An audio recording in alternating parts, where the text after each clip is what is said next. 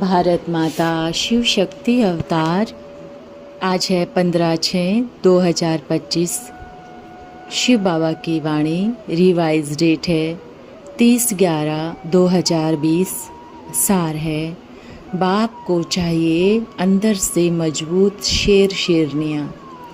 अपने हिम्मतवान निश्चय बुद्धि बच्चों को विश्व कल्याणकारी बनाने वाले प्लेन बुद्धि बच्चों को प्लेन में बिठाकर उड़ाने वाले कर्मों की गुह्य गति का ज्ञान देकर दुखों से मुक्त करने वाले प्यार का सागर शिव बाबा बोले, अच्छा आज हर एक बच्चा बाप के स्नेह में लवलीन है।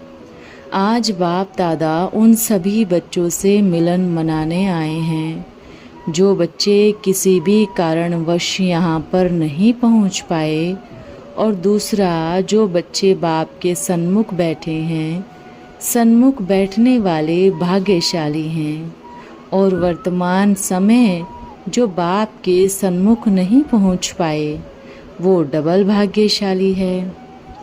उन बच्चों को बाप दादा का डबल याद प्यार। आज दिल का प्यार लेकर बाप के सन्मुख पहुँच गए हैं। पेपर तो पेपर नहीं लगा ना, बाप के प्यार में पेपर कागज का शेर बन जाता है। माया क्या है और आप बच्चे क्या हो? आप बच्चे रियल शेर शेरनियाँ हो। तो कागज का शेर ताकतवर है या रियल का? तो अपने आप को चेक करें, कहाँ कोई भी पार्ट कागज का तो नहीं है। पूरे रियल के शेर शेरनियाँ है। शेर बाप के कौन से बच्चे हैं? बाप को भेड़ बकरियाँ नहीं चाहिए। भेड़ बकरियाँ क्या करती है? हर छोटी छोटी बात में घबरा के क्या कहती है, मैं ऐसा तो नहीं चाहता था, मैं ऐसे तो नहीं चाहती थी। मैं के गीत गाते हैं। और शेर शेरनियाँ क्या करते हैं? ज्ञान की दहाड़ मारते हैं। मुख से, कर्म से, संकल्प से भी, मन वचन कर्म से। तो बाप को बाहर से दहाड़ मारने वाले या मैं करने वाले नहीं, बाप को अंदर से मजबूत शेर शेरनियाँ चाहिए। अच्छा, जो बच्चे यहाँ नहीं पहुँच पाए उन बच्चों को बाप का मीठा मीठा याद प्यार। बाप के पास तो हर एक बच्चा क्या है? हिम्मतवान निश्चय बुद्धि। संशय की एक मात्रा भी ना आवे तो बाप आप सभी बच्चों को अपने सामने इमर्ज कर पूछते हैं, कहाँ मन का संकल्प तो नहीं डगमगाया? बच्चों का संकल्प चला, बाबा वेस्ट गया। मेजॉरिटी का संकल्प चला, वेस्ट गया। कुछ बच्चे टिकट तो करा दिए थे परंतु कोरोना के कारण आ नहीं पाए। फिर बाबा ने कहा, पर बाप क्या कहते हैं, वेस्ट नहीं बेस्ट हो गया। क्योंकि अगर बाप के लिए खर्चा किया है, बाप से मिलन मनाने के लिए क्या है, तो वह एक एक कणा दाना व्यर्थ नहीं है। बाप हर एक उन बच्चों से पूछते हैं, प्यार है? सच्चा प्यार तो है ही, पर संकल्पों से व्यर्थ गया नहीं मिल पाए, ये संकल्प भी खत्म करे। बाप कल्याणकारी बैठा है। हर एक बच्चा बाप का आवाज़ सुन रहा है। तो बाप का सभी बच्चों को एक संदेश है। बच्चों का हर कदम मन वचन कर्म कल्याणकारी है। कभी भी बुद्धि में यह संकल्प ना पहुँचे, बाबा हमारे प्यार में कमी है क्या? बाप कहेगा, आप बच्चों के प्यार में कमी नहीं है, आप बच्चे थोड़ा लेट पहुँचे। पर आज बाप तो आपसे पहले पहुँच गया ना। तो सभी को बाप दादा का मीठा मीठा याद प्यार और मीठी मीठी टोली पहुँच जावे। ठीक है? अच्छा, आज तो खुश हो पक्का? मन में तो नहीं चला? बाबा आप क्यों नहीं आ रहे हैं? आप नाराज़ तो नहीं हैं? बाप कभी भी किस भी बच्चे से नाराज़ नहीं होते। नाराज़ नहीं, सदा राजी रहने वाले, सदा हजूर हाजिर रहने वाले। इसलिए सभी बच्चों को बाप दादा हर एक बच्चे को बाप क्या कहेंगे? बाप के सिर का ताज है। सभी हैं ना? बाप हजार भुजाधारी है, तो हजार भुजाएं कौन हैं? बाप के बच्चे। तो ऐसे हजार भुजाधारी बाप का अति स्नेही, अति लाडले प्यारे बच्चों को याद प्यार, सभी को नाम सहित याद प्यार। कौन से नाम सहित? शरीर का या आत्मा का? आत्मा का नाम तो आत्मा ही है, तो सभी को नाम सहित याद प्यार। हर बात में कल्याण है, यह ड्रामा कल्याणकारी है। बाप कल्याणकारी है। बाप के पास हर संकल्प पहुंच जाता है, पर अपना चिंतन ज़्यादा नहीं करना, ठीक है ना? बुद्धि करे, दौड़ कर वहाँ पहुँचना है जहाँ कुछ मिले। जहाँ प्राप्ति ही नहीं हो, उस संकल्प को सोचने का कोई फ़ायदा नहीं है, ठीक है ना? कुछ भी नहीं। प्लेन बुद्धि बनेंगे तो बाप प्लेन में बिठा के उड़ाएगा। समझे क्या बनना है? प्लेन बुद्धि। तो बाबा फिर कहाँ बिठाएगा? प्लेन में बिठाएगा, बिठाकर डोरी पहनाएगा। अब प्लेन में किस किस को बैठना है? वैसे तो दुनिया के प्लेन में सब बैठे होंगे ना? सब बैठे होंगे, पर बाप के साथ प्लेन में कौन कौन बैठना चाहते हैं? बैठेंगे ना? पक्का? पर बाप को भारी बच्चे नहीं चाहिए जिसमें भारी वजन होवे, हल्के चाहिए। हल्के कहाँ से चाहिए? मन बुद्धि से हल्के चाहिए, क्योंकि अगर हल्के नहीं हुए तो प्लेन उड़ेगा ही नहीं, शक्ति खत्म हो जाएगी। और वो जो बाप के पास प्लेन है ना, उनकी ताकत भी है, वो सारे बच्चों की शक्ति से बना हुआ है। बाप तो उड़ाएगा, पर जो प्लेन बाप के पास है वो हल्के बच्चों को लेकर उड़ता है। तो क्या करना है? प्लेन बुद्धि बन बाप के प्लेन में बैठकर उड़ान भरनी है। समझे क्या बनना है? प्लेन बनना है, एकदम कोरा कागज़ बनना है। कागज़ में भी कहाँ कहाँ लाइन होती है, पर बाप क्या चाहते हैं? एकदम प्लेन, साफ। फिर जो बाप लिखे, और जब बाप लिखते हैं तो कैसे लिखते हैं? नंबर 1 लिखते हैं। जिसकी तकदीर की लकीर की कलम बाप के हाथ में आ जावे, उसका भाग्य कैसा होगा? तो आप अच्छा लिख पाएंगे या बाप अच्छा लिखेंगे? तो फिर आपका सोचना क्या है? व्यर्थ है ना?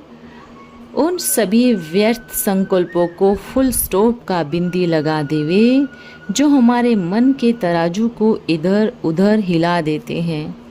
तो हमारे मन मंदिर में जो किसी काम की चीज़ है ही नहीं, तो उसको रख के क्या फ़ायदा? अगर आपके घर में कोई भी पुरानी वस्तु पड़ी है जिसका कोई यूज़ नहीं होता, तो आप क्या करेंगे? निकालते हैं ना? कुछ काम आता है? नहीं आता। तो क्या करना है? जो व्यर्थ की तरफ लेके जाते हैं उसको फुल स्टॉप का बिंदु लगावे, और कभी ये बिल्कुल ना सोचे कि पता नहीं मेरे दिल की आवाज़ बाप सुनता भी है या नहीं, या बाप की तरफ पहुंच पाती है या नहीं, बाप को सुनाई भी देता है या नहीं। यह तो सबसे पहला व्यर्थ है, सबसे नंबर 1 व्यर्थ है, और इस व्यर्थ को एकदम जड़ से ख़त्म करना है। अगर आप बच्चों के उस संकल्प का उस समय जवाब नहीं देता है, तो आप बच्चे यह मन में नहीं बिठाना कि बाबा ने मेरा सुना भी है या नहीं, क्योंकि यही व्यर्थ संकल्प को जमा करता है। यह जरूरी नहीं है कि बाप हर संकल्प का मुख से जवाब देवे, ये बाप की डिक्शनरी में नहीं है। बाप उस संकल्प का पूरा करके भी जवाब दे सकते हैं। अगर मन में आता है जवाब क्यों नहीं आ रहा है, तो यह व्यर्थ है। समझ गए ना? बाबा की तरफ मेरा संकल्प पहुंच पाता है या नहीं, यह व्यर्थ है। ऐसे मेजॉरिटी बच्चे भी हैं जो अपने मन बुद्धि से बराबर अच्छे से दौड़ लगाते हैं और ये सोचते हैं कि बाबा को थोड़ा पहुंच पाएगा, बाबा कोई थोड़े ही सुनता है। पर बाप क्या चाहते हैं? बाप कभी अपने बच्चों का किसी भी प्रकार से कोई इंसल्ट नहीं करना चाहते। यहाँ आने वाले भी बच्चे ऐसे कब कब आते भी हैं, आने वाले भी हैं जो ये सोचकर बैठते हैं बाप को थोड़ी ही सुनाई देता है। हम क्या सोचते हैं, क्या करते हैं, यह जो सोच है ना, यह संकल्प ही व्यर्थ है। चलो ठीक है, बाप को कोई कहते हैं, हम कुछ भी करेंगे, बाप थोड़ी ही देख रहा है।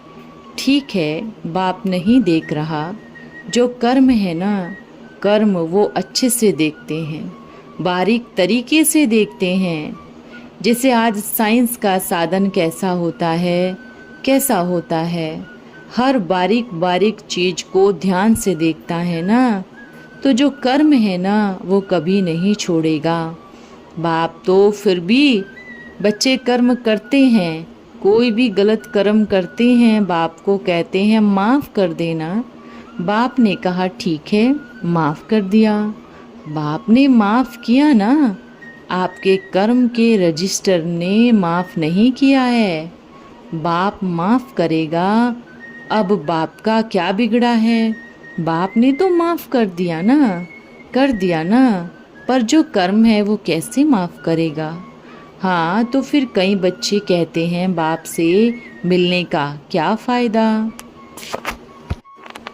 जब कर्म फिर भी पीछा नहीं छोड़ेगा। तो बड़ा बड़ा वायदा है, एक है दुख को अकेले भोगना और दूसरा है एक बाप को साथी बनाकर बाप की गोद में साक्षी होकर देखना।